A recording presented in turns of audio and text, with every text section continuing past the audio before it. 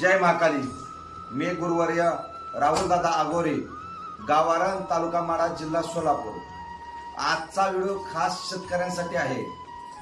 जर कुणाच्या गाई दूध देत असतील आणि काय काळानंतर ते दूध कमी कमी कमी पूर्ण कमी होत असेल तर त्यांच्यासाठी हा उपाय आहे. त्यांनी उपाय काय करायचा, ज्या ठिकाणी गाय बांधतात जे खुट्टा आहे तो खुट्टा पहिल्यांदा उपटून काढायचा.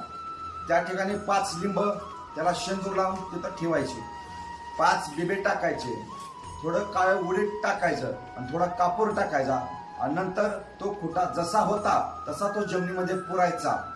असं केल्यानंतर त्याची जी गाय दूध द्यायची पूर्ण कमी आलती ती थोड्याच दिवसात वाढत वाढत वाढत जसं सुरुवातीला होतं तेवढं दूध देणार आणि नंतर भविष्यात जर कुणी त्या प्रयोग जर केला तर त्याचा प्रयोग सिद्ध होणार नाही आणि गायीला काय प्रॉब्लेम होणार नाही.